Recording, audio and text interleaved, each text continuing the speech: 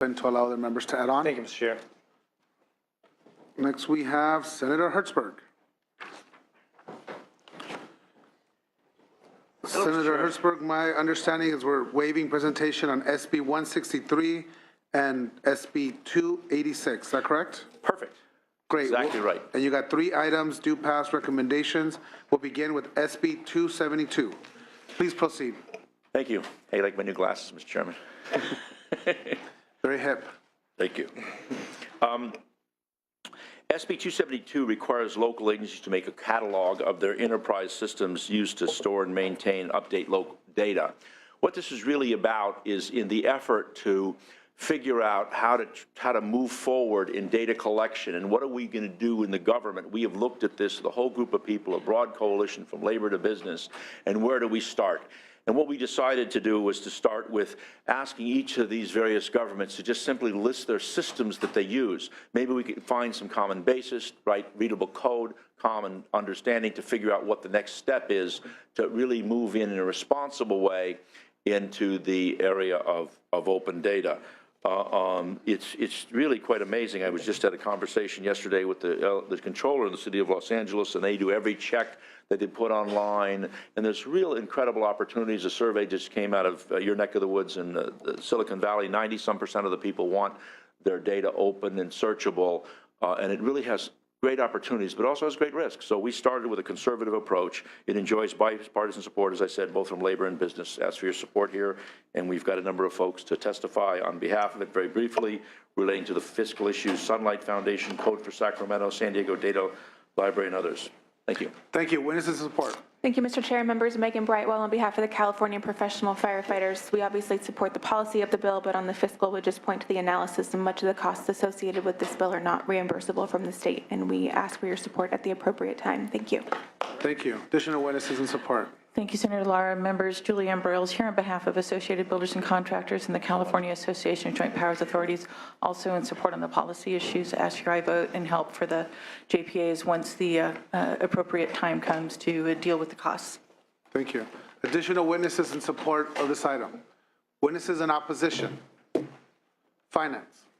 We don't have a position on this bill, but we do know that after the CPRA, which had previously been a mandate, was added to the Constitution following the voter approval of Proposition 42 in June 2014, we have asked that the Commission on State Mandates redetermine that mandate because it was part of the voter-approved ballot process, and they have not yet done that. Got it. Comments or questions from committee? Seeing none, is there a motion on this item? Oh, I'm sorry. Would you like to close, Senator Hertzberg? Thank you. Appreciate that. There is a motion by our Vice Chair, Senator Bates. Secretary, please call the roll. The motion is due pass to the Senate floor. Lara? Aye. Lara, aye. Bates? Bates, aye. Bell? Bell, aye. Hill? Hill, aye. Leyva? Mendoza? Mendoza, aye. Nielsen? Senator, we'll keep that item open to allow other senators to add on. Next, we have SB 540. Thank you. This measure was requested by the Franchise Tax Board. Basically, the Franchise Tax Board has a program to take care of and represent taxpayers when there's mistakes that are being made, and that sunsets. We're just simply taking out the sunset of that to continue to allow a body to advocate for taxpayers. We have the Franchise Tax Board here. That's what I vote. Thank you. Witnesses in support. I'm Gail Hall with the Franchise Tax Board, sponsor of this legislation. We respectfully ask for your aye vote, and I'm happy to answer any questions you may have. Best testimony yet. Witnesses in opposition to the measure. Finance. We don't have a position on this bill, but note that the bill could result in unknown future cost savings by potentially reducing the number of cases that result in appeal or litigation. Unknown cost savings, I like that. That's pretty good. Can we do a reverse on that? It's like a reverse metering, net metering on this? You heard it live from Department of Finance. Oh my God. Future cost savings. Hallelujah. Members, comments or questions from committee? A motion on this measure. Moved by Senator Mendoza. Secretary, please call the roll. The motion is due pass to the Senate floor. Lara? Aye. Lara, aye. Bates? Bates, aye. Bell? Bell, aye. Hill? Hill, aye. Leyva? Mendoza, I. Nielsen. Thank you, Senator Herzberg. We'll leave that item open. Thank you. Next, we have SB 697. Please proceed. This is another one of these fix the dumb stuff and happens in government. You know, you see on the back of these limos and transportation vehicles a number already that's there. And apparently in the law, the PUC had a requirement, when the PUC is the bill sponsor here, that all limos and all these public vehicles have decals.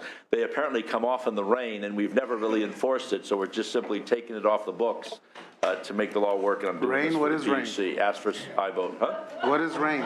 Yeah. This is back in the 80s. Thank you, Senator Herzberg. Witnesses in support of the measure.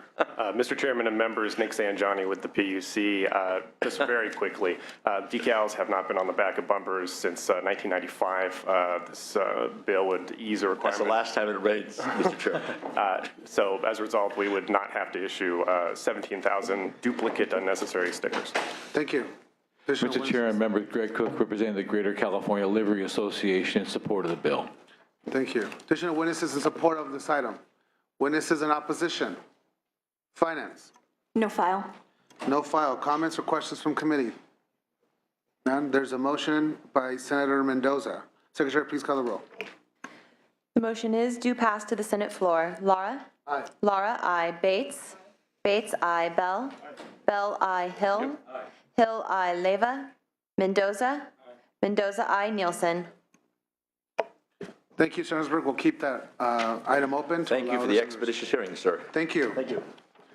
Next, we have Senator Leno. Welcome back, Senator Leno.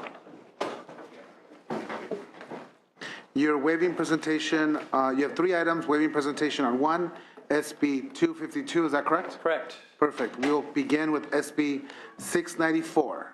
Go Yes, ahead. It's the only bill that I will be presenting. I will be as expeditious as you. So this bill merely will bring California's standard for post-conviction habeas corpus claims based on newly discovered evidence in line with 39 other states. It's also the same standard that we already use for similar claims based on ineffective assistance of counsel or for prosecutorial misconduct or false evidence. And with regard to the fiscal effects, which is why we are here, I just want to remind the committee it is merely permissive. It certainly doesn't set anyone free and doesn't require a new trial, but it just gives the court the discretion to look at this newly discovered evidence for purposes of potential new outcome if there were granted a new trial. And the analysis also points out how very rarely this is used. So we do not expect many additional cases at all. And then also, if we look at the approximately $3,600 a year we would owe someone if we falsely incarcerate them, that is, $36,000, that is less than what it does cost us to incarcerate them wrongly. And of course, if we do have the wrong person, not only are we victimizing that person, but the real offender is still free and could commit new crimes. Correct. And I understand this is going to suspense. That's the case. Witnesses in support. Thank you. Go ahead.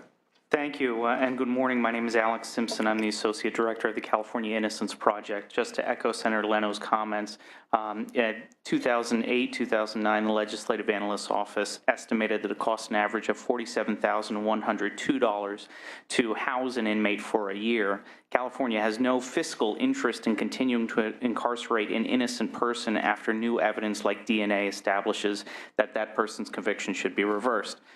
New evidence cases are extremely rare. Of the 153 convictions reversed analyzed by the National Registry of Exoneration since 1989, 130 were reversed based on claims other than new evidence.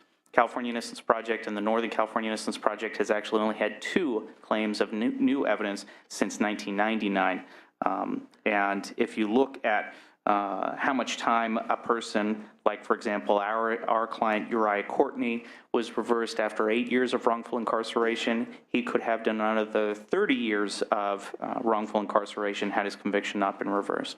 So the fiscal consequences, fiscal savings could be significant. Thank you. Witnesses in support. Yes, hi, my name is Lucy Salcido-Carter. I represent the Northern California Innocence Project, and we're in full support of the bill. and agree with the comments that our colleague made from the California Innocence Project. Thank you. Go ahead. Jim Lindberg on behalf of the Friends Committee on Legislation in California, also in support. Thank you. Additional witnesses in support. Witnesses in opposition, please come forward.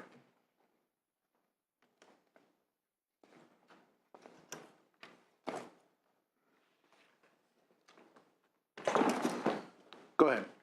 Thank you, Mr. Chairman. Sean Hoffman with the California District Attorneys Association. We are opposed. Certainly, we have policy concerns about lowering the standard, but as the Senator pointed out, this is rarely used. It's rarely used because the standard is so high, and so the effect of lowering that standard is likely to be more new trials for folks who've already been convicted, further burdening the trial courts that are already overworked and underfunded. So we'd ask for a no vote at the appropriate time. Finance. No file. No file. Comments or questions from committee? Seeing none, would you like to close, Senator? I know the bill will be in good hands as it moves to suspense. Thank you. Without objection, we will place this bill on the suspense file. Thank you. Senator Leno, just to be clear, you're waiving presentation on SB 703. Correct. Great, thank you. Appreciate that. Yeah.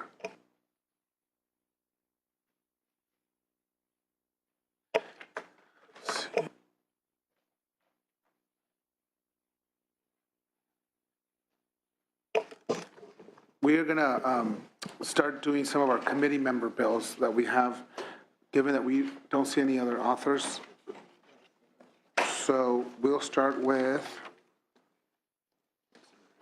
Senator Hill. Senator Hill.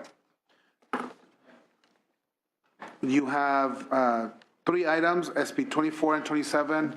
You waive presentation, and you do have a due pass recommendation on SB 34.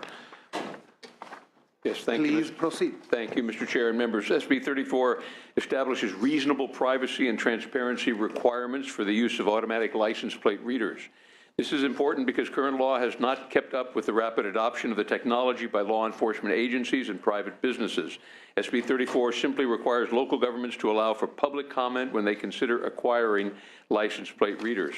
The bill also requires users of license plate reader to adopt a privacy and use policy to keep a record of when data is accessed and to protect the data with reasonable security safeguards. The bill takes sensible steps to protect civil liberties and privacy while still balancing law enforcement's ability to use the technology to catch criminals. The analysis notes that there may be costs to local law enforcement agencies to comply with the requirement of the bill. However, the analysis also points out that the use of license plate readers is made independently by local agencies and not a mandated activity. Any costs are likely to be reimbursable by the state. Any costs are unlikely to be reimbursable by the state. It's worthwhile to note that more often than not, local agencies receive federal funding to purchase the technology. Additionally, the bill has no fiscal impacts on statewide law enforcement.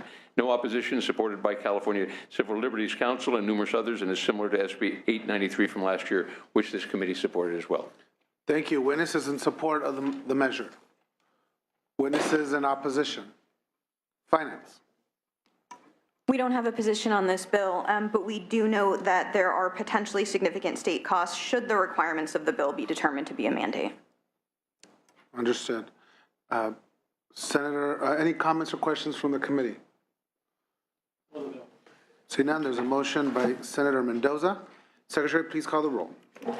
The motion is due pass to the Senate floor. Laura? Aye. Laura, aye. Bates? No. Bates, no. Bell? Aye. Bell, aye. Hill? Aye.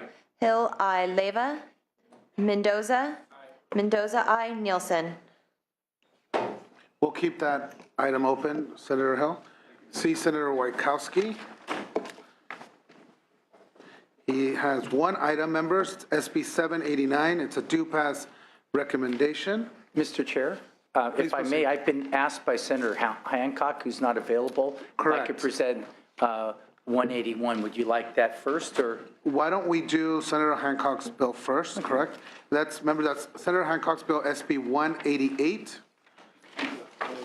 188. Senator Wojtkowski, please. This bill would eliminate the sunset date on existing law. I'm here with the East Bay Municipal Utility District, and they continue to have authority to collect delinquent bills for either water or wastewater to file liens against the county property that the people own rather than turning off the power. And it's been working well for them. It imposes no cost to the state and allows our utility to continue to provide water for the tenants that are there, even though they haven't paid the bill. And the lien attaches to the property, and the landlord eventually will have to take action. With me today is Marlene Dumaine from the East Bay. Witnesses in support, please proceed. Good morning. I'm Marlene Dumaine with the East Bay Municipal Utility District, and we are in support for policy reasons. And on the fiscal side, I would just point to the committee analysis and the conclusion of no state costs. Thank you. Additional witnesses in support. Nicole Wertelman on behalf of the Alameda County Board of Supervisors, co-sponsoring the measure and very appreciative and in favor of it. Thank you. Additional witnesses in support of this item. Witnesses in opposition. Finance. No file. Comments or questions from committee? Seeing none, there's a motion by Senator Hill. Secretary, please call the roll. The motion is due pass to the Senate floor. Laura? Aye. Laura, aye. Bates? Bell? Aye. Bell, aye. Hill? Hill, aye. Leyva? Mendoza? Mendoza, aye. Nielsen? Nielsen, aye. We'll keep that item open. Now we'll move to your item, Senator Wachowski, SB 789. Yeah, Please proceed. I'd like to thank the committee analysis, and I'm accepting the proposed amendments. This bill would add post-secondary education institutions to the list of places where drivers with restricted license are permitted to drive to. This change would only apply to individuals whose licenses have been restricted due to the lack of insurance.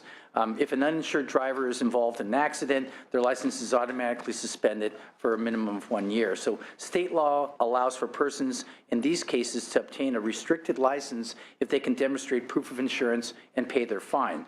Supporting a person's ability to drive to college is consistent with our current policies, which restrict driving to circumstances that improve the well-being of that person and his and her family. It's counseling and that go to and from work. This would allow students to continue to pursue their higher education dreams. There will be a one-time cost to the DMV of $80,000 to implement the program, and those are set forth in the bill, and I urge and I vote. Thank you. Witnesses in support of the measure. Witnesses in opposition. Finance.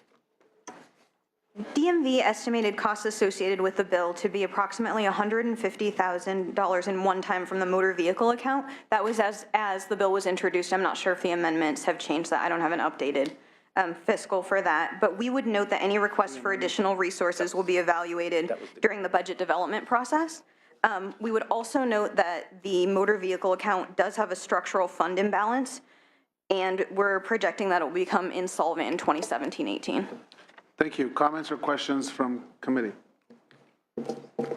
Seeing none, the measure is moved by Senator Hill. Secretary, please call the roll. The motion is due pass as amended to the Senate floor. Laura? Aye. Laura, aye. Bates? Bates, aye. Bell? Bell, aye. Hill? Hill, aye. Leyva? Mendoza? Mendoza, aye. Nielsen? Nielsen, aye. Thank you, Senator Wachowski. Thank you, Senator Laura. We are going to place this item on call as well to allow other members to add on. Ooh, Senator Mitchell, just in the nick of time.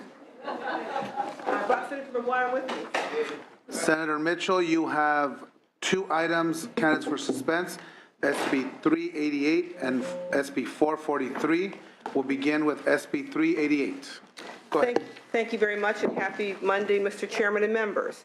The Summary of Benefits and Coverage, SBC, is a vital document that must be provided to consumers by health plans and insurers under the Federal Affordable Care Act and under California state law.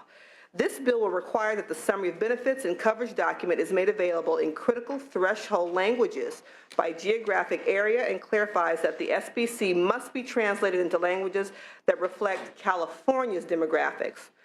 The SBC details what is covered under a health plan, explains coverage limitations, and provides definitions of key terms to consumers to help them evaluate and compare their insurance their health insurance options. Unfortunately, because of a technicality in federal law, health plans are only required to translate this vital document into 4 languages: Spanish, Chinese, Navajo, and Tagalog. As California is a diverse state, our state's translation requirements will vary. For example, 25 of California's 58 counties meet the necessary federal requirements for the SBC to be translated into Spanish. However, there is no similar requirement under the federal law to translate other threshold languages in California. This leaves some communities in our state without access to critical information. The cost estimate for these translations range from $150,000 to $300,000 for the Department of Insurance and $200,000 for the Department of Managed Healthcare to each translate this document. We are working with stakeholders to identify what is already being translated and to determine how we can reduce costs for the state, given that some plans state they are already producing translated vital documents. This bill will help ensure that all plans adhere to California's language access laws.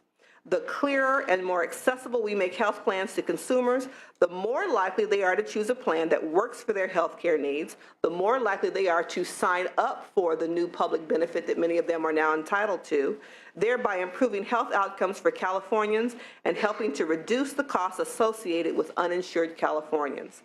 2 witnesses here to help me: Kimberly Chen, representing the California Pan-Ethnic Health Network, and Catherine New, Vice Chair of the Southeast Asian Resource Action Center. Thank you. Witnesses in support.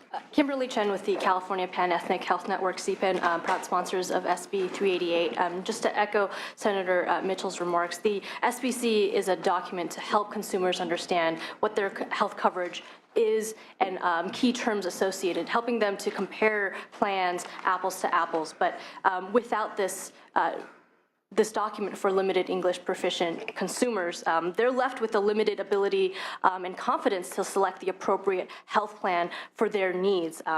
In working with our community-based organizations, LEP consumers have told us that folks who didn't fully understand the ramifications of selecting certain plans, perhaps with smaller networks or lower premiums, were very frustrated at their inability to access out-of-network specialty care providers or finding culturally and linguistically appropriate providers. And a lot of this can be attributed to their inability to understand what they were getting in their plans and the various elements of it. So by helping consumers understand the key features of their plan, it'll help them select the plan most appropriate for them and their needs, ensuring that they're getting care when they need it, preventative care early, improving health outcomes and reducing costs down the line. And for those reasons, we're in support and urge your favorable consideration on suspense. So I want to urge again the witnesses to stick to the fiscal policy, the fiscal issues on the measure. We already had policy discussions. Go ahead, Ms. Capel. Beth Capel on behalf of Health Access California. The Summary of Benefits and Coverage is one of the basic documents added by the Affordable Care Act in order to explain things. Healthcare is hard enough to understand in English, much less other languages. I would only add to the testimony that all of the costs are fee-supported special fund. There are probably general fund cost savings as a result of people knowing what health insurance they're getting and getting the right thing rather than the wrong thing. Thank you. Thank you. Additional witnesses in support. Yeah, Mike Montgomery, Congress of California Seniors. We support the bill. Thank you. Additional witnesses in support. You can state your name and your position. Gabrielle Lessard, National Immigration Law Center, in support. Thank you. Additional witnesses in support. Witnesses in opposition. Seeing none. Finance. No file. No file. Comments or questions from committee? Senator Bell. I just had a comment. I think all the health plans have to be totally culturally competent. You know, what I mean by that is if they can provide competent cultural services, what happens in the health plans is you save money because people use the health plan appropriately and don't wait until the emergency room time when their illness gets so bad they have to go to the emergency room. So these efforts are important, I think, as part of a good health plan. So this is an important bill. Thank you, Senator. Thank you, sir. Thank you. Seeing no other comments or questions, we're going to, without objection, we'll move this bill to suspense. Appreciate you. Next bill is SB 443. Senator Mitchell, please proceed. This is a fascinating, to me, public policy issue that we are confronting. and that deals with civil asset forfeiture, Mr. Chairman. The goal of this bill is to protect California property owners and all residents, frankly, from abuses in civil asset forfeiture and to ensure that law enforcement engaging in civil asset forfeiture are subject to California state laws that are currently on the books. SB 443 is a multi-pronged approach to a problem facing many California communities, requiring that in most cases, a defendant be convicted of an underlying crime before their cash or property can be permanently seized. It will require that more drug asset forfeiture cases be handled under state law rather than transferred to federal courts in order to ensure that stricter standards under California law are followed. I'll try really hard to stick really to the fiscal aspects of the bill, but I also recognize that this is a policy-dense bill that the members of the committee may wish to discuss further. In the Public Safety Committee, there were questions about the distributions assigned in the bill and concerns that this bill will take away funding that would otherwise be used for training related to ethics relative to civil asset forfeiture for law enforcement entities. I'm very concerned about making sure rules are adhered to and the ethics around civil seizure and forfeiture are well understood by law enforcement. So I'm working with committee staff to ensure this training is funded by the formula in this bill. I've since received a letter of opposition from the California Police Chiefs Association, which are no doubt here today to express their concerns as well. They cite that SB 443 will reduce the amount of money flowing to local law enforcement, which is indeed a possibility. But I would counter their arguments by pointing out that under my bill, more cases would be kept in state, in which case the state would not need to split seizure proceeds with the federal government. Further, I would argue that less staff time would need to be allocated on forfeiture cases involving the federal government, as I suspect many of those cases would not stand up against California's current higher evidentiary standards and would need to be dropped. So my argument is that SB 443 will make better, more efficient use of law enforcement staff's time. The bill's goals are simple. SB 443 reestablishes the most basic tenets of constitutional law and values and ensures that California state law is being adhered to, and that the private property of California residents cannot be seized, particularly in cases where they are not convicted of a crime. The idea that law enforcement can permanently seize a person's assets with no conviction, with the onus on the accused person to prove their own innocence as opposed to the other way around, is shocking and flies in the face of our state and nation's constitution. I have with me here today Tisha Naidu, Esquire, from the Drug Policy Alliance, and Diane Goldstein, retired lieutenant and member of the Law Enforcement Against Prohibition, to testify in support of the bill. Thank you. We can just remind witnesses to stick to the fiscal aspects. Sure. Please proceed. Good afternoon, Mr. Chair, members of the committee. Tisha Naidu with the Drug Policy Alliance. We're one of the co-sponsors of SB 443. I will definitely address some of the fiscal implications, but just by way of background, California did reform its asset forfeiture laws in 1994 with significant due process safeguards. Unfortunately, local and state law enforcement have essentially sidestepped California's protections and cooperated with the federal government or federal agencies and benefited from more lax federal forfeiture standards. As a result, the data shows that from 2005 to 2013, state forfeiture revenue remained essentially flat, but federal forfeiture revenue close to tripled in that same period of time. SB 443 would essentially require state and local law enforcement agencies to abide by California's state standards when cooperating with the federal government in their joint forfeitures, and would also require that the funds received by these joint agencies be distributed according to California state law. In that regard, SB 443 would reallocate the proceeds of forfeiture revenues to ensure that the courts and the public defense system gets a portion of the forfeiture revenues. This reallocation will assist with the anticipated increase in court caseload and possible caseload for the public defense or the indigent defense system. The bill would allocate in its current iteration, 10% to the courts and 5% to the public defense system. The work of law enforcement is no doubt critically important and deserves proper funding, But seizing the private property of California residents who have not been convicted of a crime is certainly no way to attain that goal. Thank you. Distinguished Chair and members of this Appropriations Committee, thank you for giving me the opportunity to present the views of Law Enforcement Against Prohibition, a nonprofit educational organization consisting of 150,000 current, former, and retired criminal justice professionals and community supporters. As a career law enforcement professional, I served over 21 years fighting both gangs and narcotics as a member of the Redondo Beach Police Department. Last month, I watched the U.S. Senate Judiciary Committee hearing on the need to reform asset forfeiture. The Fraternal Order of Police represented the police voice and publicly stated that law enforcement agencies have come to rely on civil asset forfeiture, the only area of law enforcement where we get fiscal incentives and, unlike criminal forfeiture, does not require conviction.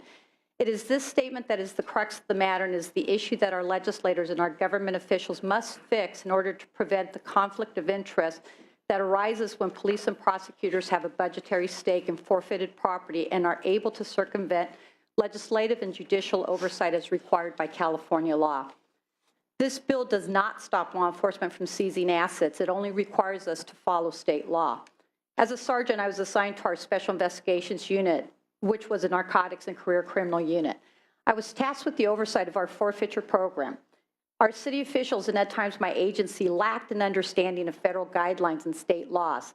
This could have resulted in taking property of its citizens, sometimes without charge or conviction, to supplant our budget.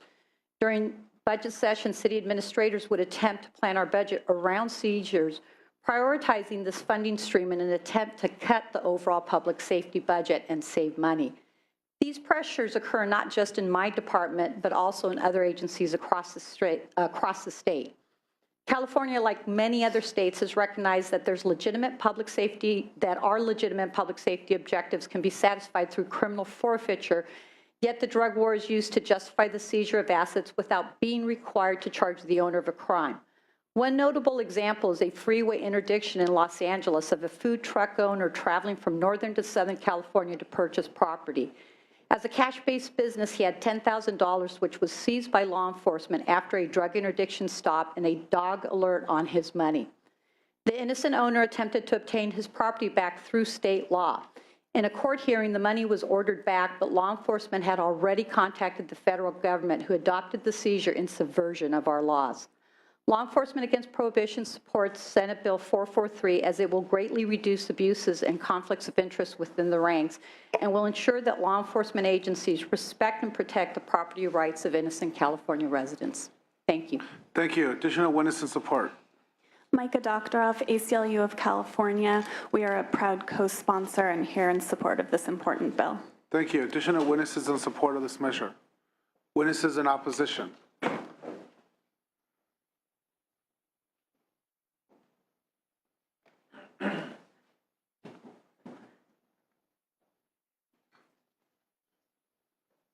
Please proceed. Thank you, Mr. Chair. Sean Hoffman with the California District Attorneys Association. We are opposed to SB 443. We heard a lot of fairly compelling policy arguments for it. I'll give you the fiscal arguments against it. I think from a fiscal standpoint, this is going to have a significant negative impact on law enforcement agencies throughout California and on the general fund, simply based on the changes made to the distribution formula. If we look at the Attorney General's 2013 asset forfeiture report, we see $28 million in state distributed assets. If we apply this new formula to those numbers, it's a loss of about $2.8 million to law enforcement agencies and district attorneys' offices, another $1.1 million loss to the general fund. The bill currently proposes to eliminate the 1% that goes to training. Appreciate the senator's willingness to talk about putting that back in. We think that certainly if SB 443 were to go through, additional training on the new statutory forfeiture would be important. I would respectfully disagree with the notion that this is going to lead to more forfeitures sought in state court. I think that the additional roadblocks and hurdles that this bill erects will result in an overall decline in forfeitures. So not only are the slices of the pie getting smaller, the entire pie itself is shrinking. Additionally, the bill has provisions that would allow defendants to collect attorney's fees, which puts counties on the hook for potentially significant liabilities and leads to a kind of bizarre situation where we're using forfeiture, proceeds from forfeited drug assets to pay for civil attorneys for drug dealers. We would ask for a no vote at the appropriate time. Thank you. Additional witness in support. Yes, John Lovell with the California Narcotic Officers Association, California Police Chiefs Association, Los Angeles Police Protective League, Riverside Sheriff's Association, the Association for LA Deputy Sheriffs, California Association of Code Enforcement Officers. I recognize that we're to focus on fiscal, and we certainly do that. We would adopt by reference Mr. Hoffman's comments. I would make one comment, though, that the notion that there's something magical about insisting on a criminal conviction before appealing is really not quite consistent. For example, you can have a murder case where there's no conviction, but it doesn't foreclose a civil action for wrongful death, and no one would suggest that it would. You can have actions that the point is that a civil asset forfeiture is just that. It's a separate civil proceeding. And I don't think anyone can credibly argue that somehow people should be able to keep the proceeds of their criminal activity. If I rob a bank and my case is thrown out on a technicality, do I still get to keep the proceeds of the bank robbery? Just a thought. Okay, we're not going to get into this argument here. No, I was only doing it briefly because the proponents did get into the policy argument. I understand. So I gave you the opportunity. I appreciate that. Comments or questions from, I'm sorry, Finance? No file. Thank you. Comments or questions from committee? Senator Mitchell, would you like to close? I will, and I think the challenge in having the fiscal conversation is recognizing the it's difficult to talk about a shrinking pie when we're talking about a pie that law enforcement in many instances weren't entitled to in the first place.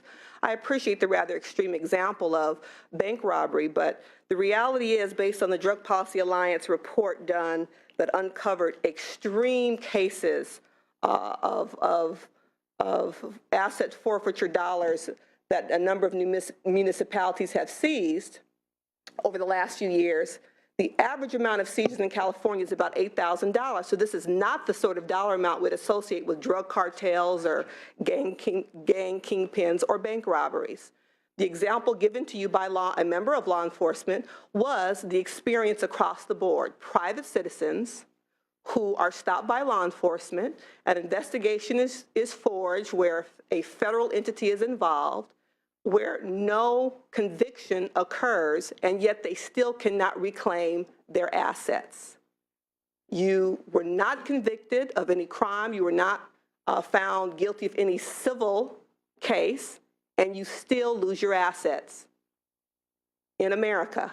And let's be clear that California state law currently protects against this. So what we're merely trying to do is refer back to California law that's on the books and make sure that these cases are viewed under that law versus the federal loophole that allows for inappropriate, in our opinion, seizure of assets across the board. I ask for your favorable consideration. Without objection, we will move this item to the suspense file. Thank you, sir.